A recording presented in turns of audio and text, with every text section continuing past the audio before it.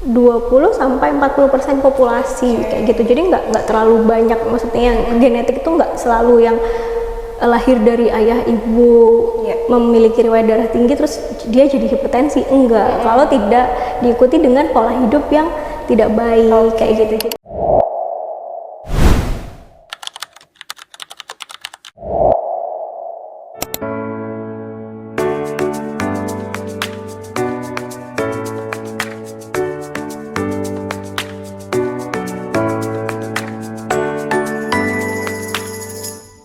Teman-teman, kalian pernah ngerasain nggak sih ketika kita mungkin tubuhnya ngerasa baik-baik aja, nggak pusing, nggak lemes, ya pokoknya bisa melakukan aktivitas normal seperti sedia kala, tapi pas waktu dicek, ternyata tekanan darahnya naik. Nah, ini kayaknya kalau orang medis itu bilangnya hipertensi. Tapi kalau kita ingin tahu sebenarnya hipertensi itu apa sih, penyebabnya apa aja? Untuk itu sudah hadir di sebelah saya ada Dr. Azarin. Assalamualaikum, dokter. Waalaikumsalam. Iya, dokter. Jadi hipertensi ini sebenarnya apa sih, dok? Jadi hipertensi itu bahasa awamnya tekanan darah tinggi ya. Tekanan darah tinggi itu kondisi di mana ketika tensi atau tekanan darah kita itu lebih dari normal. Nah, normalnya berapa? Normalnya tensi itu kurang dari 120/80. Jadi Kategori tensi usia? itu kan ada dua macam ya, tensi atas sama tensi bawah. Kita bilangnya tekanan darah sistolik itu yang atas, yang 120 itu. Tekanan darah diastolik itu yang bawah. Jadi yang per berapa itu. Biasanya 180 udah tinggi ya? 180 udah tinggi. Normalnya orang tuh biasanya 120/80. Atau di bawah itu. Bahkan itu dikatakan optimal ketika di bawah 120/80. Kecuali kalau lebih rendah lagi ya, di bawah 90/60 itu hipotensi. Tapi kalau masih 110/70/60 itu masih normal. Masih normal. Itu untuk segala usia ya?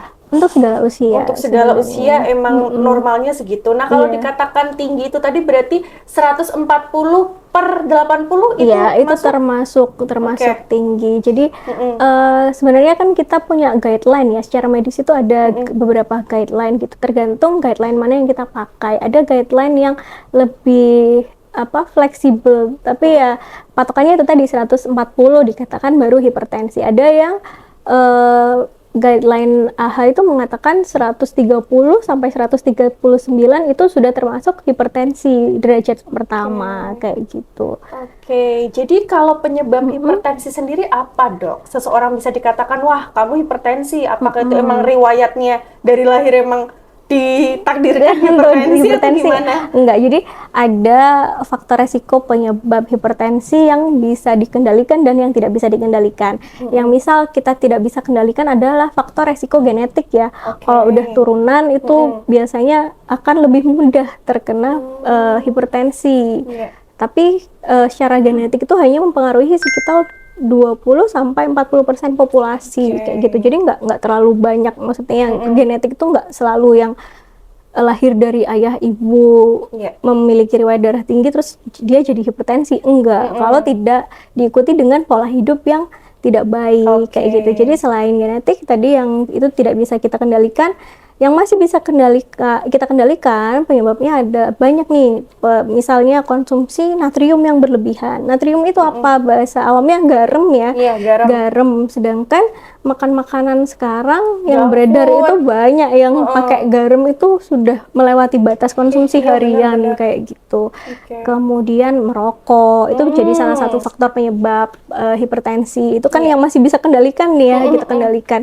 Alkohol, terus aktivitas fisik yang rendah, rebahan terus, malas olahraga, terus kemudian obesitas kayak gitu. Itu bisa jadi salah satu penyebab hipertensi. Garis besarnya itu penyebabnya tadi pola hidup yang tidak sehat, merokok, mengkonsumsi alkohol, makan makanan yang ngawur ya, ibaratnya tadi yang junk food.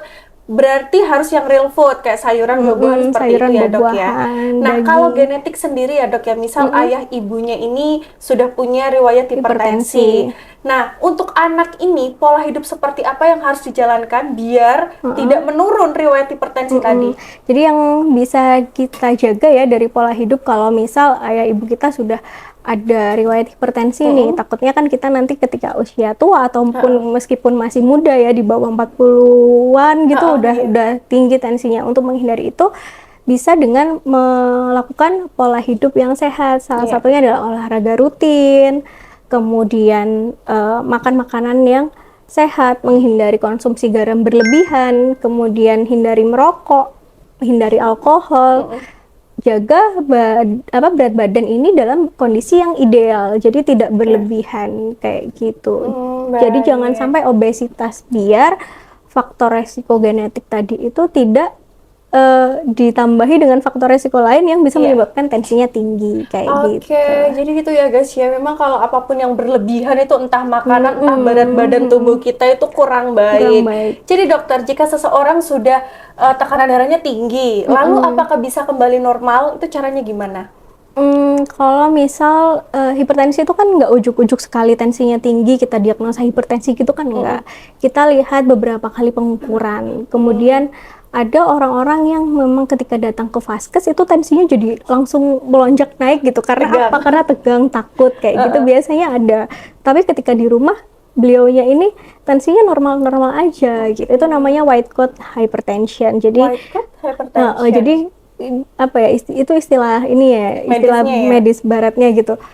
Jadi dia setiap kali datang ke vaskes itu kan ada memang orang-orang yang terpengaruh dengan psikisnya gitu, datang ke vaskes, datang ke dokter, ke bidan, ke pokoknya berobat gitu. Dia tensinya langsung naik tinggi, padahal sebenarnya biasanya normal-normal aja. Itu juga masih belum perlu diobati kecuali kalau memang tinggi sekali. Kemudian yang dikatakan hipertensi adalah yang ketika 3 kali pengukuran dalam kondisi idealnya kan dia sedang kondisinya tidak tegang, tidak habis olahraga, sudah istirahat sebelum dilakukan pengukuran tensi.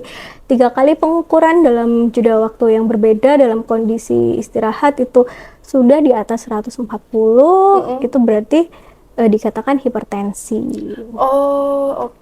Seperti itu ya untuk dan apakah bisa Yasmin. Normal? Tadi kan pertanyaan itu ya. Kalau normal, mungkin normal dalam batas normal itu harus ada pengontrolnya. Dengan apa ya? Dengan obat, dengan perubahan pola hidup, mengurangi berat badan, kayak gitu bisa normal. Tapi mungkin harus dengan terapi-terapi seperti itu. Baik. Begitu ya sahabat Yasmin. Nah, nih dok, ada beberapa mitos yang beredar di kalangan umum ya. Katanya kalau kita minum kopi itu bisa ningkatin hipertensi atau darah tinggi. Soalnya gini dok, orang-orang zaman sekarang nih ya, terutama untuk anak-anak mudanya, nggak ngalcer kalau abis olahraga itu nggak minum kopi. Jadi ini bahayanya apa? Apakah termasuk juga akan meningkatkan resiko hipertensi?